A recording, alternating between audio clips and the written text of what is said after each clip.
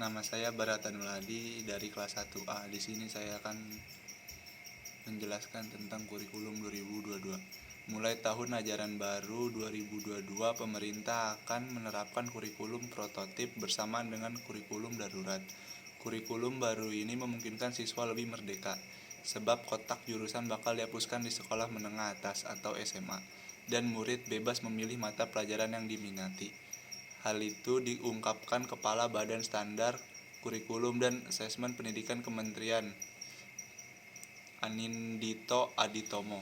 Menurut dia, kurikulum prototip bakal mengedepankan pengembangan karakter dan kompetensi siswa. Guru mewujudkan itu, kurikulum baru ini tidak ada lagi kotak jurusan ilmu sosial, alam, dan bahasa di jenjang SMA. Di kelas 11 dan 12, kata Nindito, murid bisa bebas memilih kombinasi mata pelajaran yang diminati atau yang mendukung cita-citanya.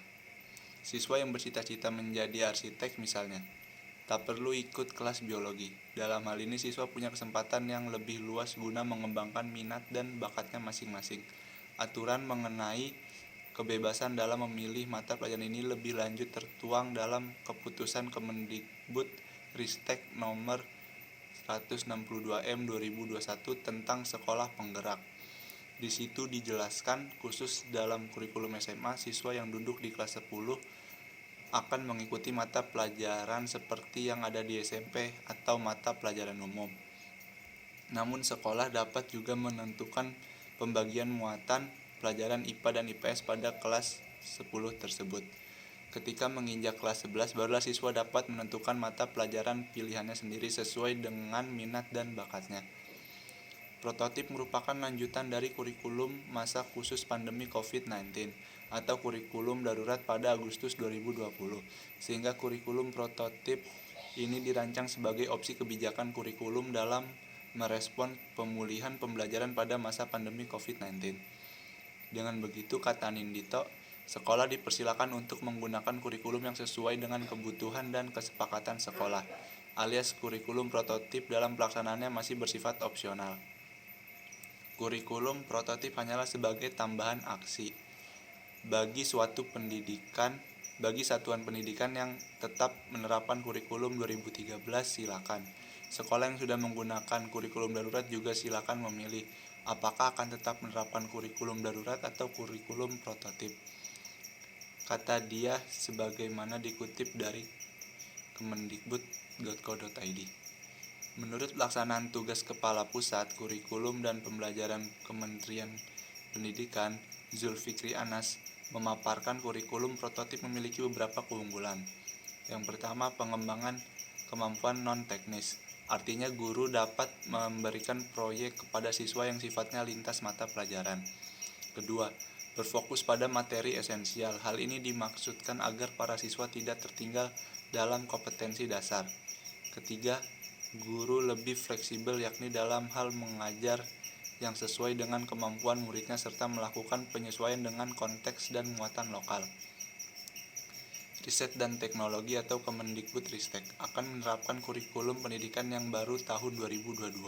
Hal itu juga diungkapkan langsung oleh Menteri Pendidikan Kebudayaan, Riset dan Teknologi Republik Indonesia Nadiem Anwar Makarim dalam perayaan Hari Guru Nasional beberapa waktu lalu.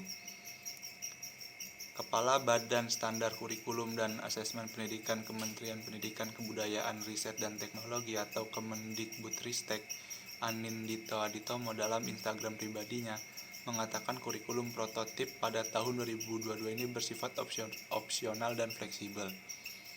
Kurikulum tersebut akan lebih berfokus pada materi yang esensial, tidak terlalu pada materi.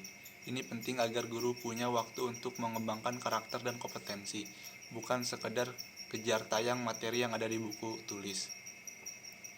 Berdasarkan keterangannya, kurikulum baru ini akan ditawarkan sebagai opsi bukan sebagai kewajiban. Sifatnya tidak wajib dan sekolah tidak akan dipaksa secara massal untuk menggantinya menjadi kurikulum prototip 2022. Target dan tujuan kebijakan kurikulum ini adalah untuk mendorong perbaikan kualitas proses dan hasil belajar. Fokus utamanya yaitu pada pembelajaran. Kurikulum yang disebut lebih fleksibel itu pada jenjang SMA nantinya tidak diberlakukan lagi program peminatan jurusan seperti sebelumnya, yakni IPA, IPS, ataupun bahasa. Menurut kurikulum prototip dirancang untuk memberi ruang lebih banyak lagi pengembangan karakter dan kompetensi siswa, sehingga para siswa SMA bisa menekuni mata pelajaran sesuai minatnya secara lebih fleksibel. Nantinya siswa bisa melakukan kombinasi mata pelajaran sesuai minatnya. Kombinasi ini dapat didasarkan pada kecakapan hidup yang sejalan dengan minat dan rencana karirnya di masa mendatang. Mungkin hanya itu saja yang bisa saya jelaskan dari materi kurikulum 2002. Jika ada yang kurang saya mohon maaf, dan selebihnya terima kasih.